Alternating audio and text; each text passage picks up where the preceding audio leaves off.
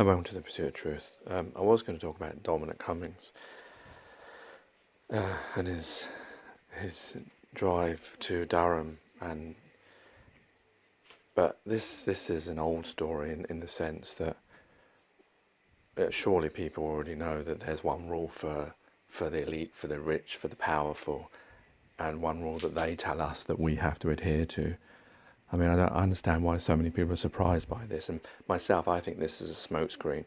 I think Dominic Cummings has put himself up there to distract us from looking at the care homes, looking at the deaths reaching 40,000, 50,000 from the ONS unexplained deaths. Is it 50 or 60,000? So they may all be, linked to this. I mean, the thing I'm surprised that it surprised me when I saw it, and this was back in January, I think I was looking at figures, that 10,000 people die every week. What are these 10,000 people? I've tried to ask the ONS for a breakdown of a day's figures because I wanted to see one day what people died of, but they don't have that kind of data, or they won't give it to me, or you have to pay for that, I don't know. So, but they did give me other things, but it doesn't give me what I want. I want a daily figure of, like they do here, when they tell you that 200 people died of COVID-19. I want a breakdown of how many people die for just a week, just to see what people are dying of all this. How many of it could be prevented because of the system we live in. Yeah, so the Dominic Cummings, I think that's all a smokescreen. I think that he's put himself up there to distract us from what's really going on. It's because we were all thinking about how the government and the NHS that we're clapping for or the management had put people back into care homes, or people into care homes that they weren't testing properly, and thus have caused a massive death rate in care homes. But there's another story that caught my attention just now on Sky News. My wife had showed me from Facebook before, but now it's on the news, to do with police officers in Minneapolis. Another incident, she showed me a few of these, and I've seen many of these now, that why is this not being sorted out?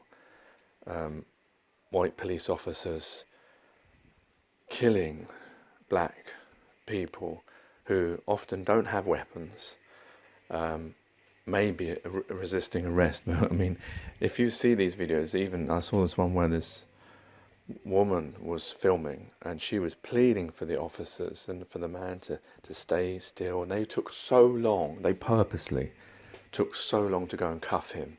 They were waiting for him to get nervous. And why wouldn't you? There was about 10 police cars and they all had guns on him. A woman even brought out a machine gun, or it looked like a machine gun, or like a rifle. Well, no, it wasn't a rifle, it looked like a machine gun. And he was one man who was unarmed. He was suspected of robbery, I believe. I don't know if it was armed or not, but I mean, they had so many guns on him, they didn't even need a machine gun. He was facing back to them. I mean, it was... but the worrying thing is the time they took.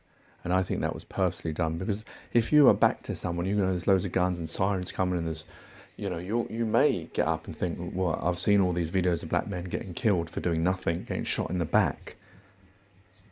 And now there's this case where this police officer put his knee on a man's neck and choked him to death.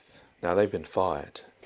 But the thing is, what I don't understand is why in that statement where the police are saying they've been fired, they're not been charged with murder, and the men who stood around, the other police officers that stood around and didn't stop that police officer from killing that man.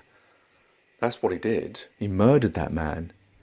Just because he's got a police uniform, he wasn't doing a police job. They don't employ policemen to murder people, do they? Resisting arrest, I mean, that's part of, you don't have to kill someone because of that. And then you've got him on the floor, you don't need to take the air out of him so that he can't breathe. But why are they not being charged with murder? And with the ones who stood around and did nothing and didn't stop this man from doing this, they should be done with, I forgot the phrase now, when it's accessory to murder. Why isn't it in that statement? Because if it was the other way round, it would have been there. Here's the story. Makes it home after being stranded in South America. 4 policemen have been fired after the death of an unarmed black man in Minneapolis, which has caused large protests. In a video of the incident, George Floyd can be heard gasping for air as a police officer knelt on his neck. He died after being taken to hospital. The mayor of Minneapolis apologized for the incident yesterday. To the black community, to the family, I'm so sorry. Heartfelt. Sorry, Our US correspondent Greg Milam has more. They've been sacked, Greg. Yeah, those 4 officers, including the one who was seen to be kneeling on the neck of George Floyd. The initial police report into this incident said it was simply someone resisting arrest in medical distress. It was only when that video was posted, only a few hours later actually, by someone who was standing watching, that we really saw what went on and for how long that officer was kneeling on George Floyd's neck. And Mr. Floyd can be heard saying that he can't breathe. Other people who are standing there are urging the officer to release the pressure because they could see what was happening. They could see Mr. Floyd go limp and apparently unconscious before an ambulance arrived and took him away. And as you say, he later died. There's been that apology from the mayor. There are a number of investigations, including one by the FBI, and those officers have been fired. It's not enough for a lot of people, and we saw in the last few hours a huge crowd gathering in Minneapolis to march, to protest about what had happened. And during the course of that protest, there was some tension, some confrontations between the police and some of the protesters outside of a police station, tear gas fired by the police, not doing a lot to lower temperatures amid that protest. And we've seen so much, haven't we, over the last few years, incidents like this, and a lot of people's memories going back to New York in 2014, and that phrase, "I can't breathe," used back then by a man called Eric Garner, who died after being put in a chokehold by police officers. No one was charged then. And we've seen so many incidents, and that's why that anger boils over, because people see that things aren't changing. And often it's only when video emerges of one of these incidents that they really get the attention people feel they deserve. Okay, for now, thank you. Donald Trump. And this is why the system doesn't work, and this is why the media doesn't work. She just turns around and says, okay, thank you. What's the point of having a media that doesn't have... I mean, the media changes everyone's mind. But all she turns around and says, okay, thank you, like it's just another story. What's the point of that then? The media should be used to... Our news programmes should be... I mean, I know that then you have to have political opinion, then I feel like that's a disservice when something clearly... It's a murder that's happened. And now you're going to go on to some frivolous story about sharks. I don't know. Maybe there's no way to do that. But the thing is, what it shows with this Dominic Cummings, with all of this stuff, with the care homes, with what's happening in America, and it's not just America, all the suffering that's going on around the world, the system doesn't work. And this idea of putting people in power corrupts them. Maybe these police officers, they weren't bad when they started, I don't know. I think the problem with a lot of police is it's where people who want to be a criminal go to be legitimised, same as with the army. But I think the thing is that it shows that our system doesn't work. When you put people in power, they lose their minds. They do whatever they want, you know. They become this thing that can't be controlled, and they act differently. So we need to understand that the system doesn't work. That's what needs changing. These other little things are distractions. What needs changing is the way we all live. Because it isn't benefiting us all. Because people are going to get away with this forever. These police officers are probably going to walk away and go on to kill other people.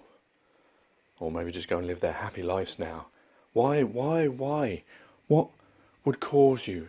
How can you be a police officer? Someone who's meant to uphold people. And I can see the pictures of him kneeling. It looked like his hand in his pocket, but I don't think it's actually in his pocket. But just so nonchalantly, nonchalant, the way that he's just putting his knee on the neck of that man and taking the life away from him. An unarmed man,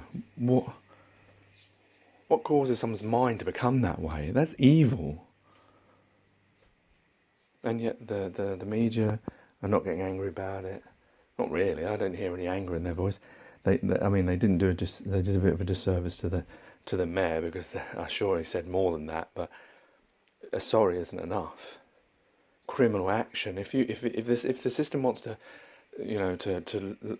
to work, it needs to treat those people who are running it the same way as those people who are being, so the police have to be charged in the same way as a criminal will be charged if they do the same thing. If you murder someone, you murder someone, and it shouldn't matter how much money you've got or your power or this, that and the other. But you see, that's what doesn't happen. And that's why it shows that the system doesn't work, because those with money, those with power, those within the system protect each other. And it goes on. Take care, take it easy, God bless and peace.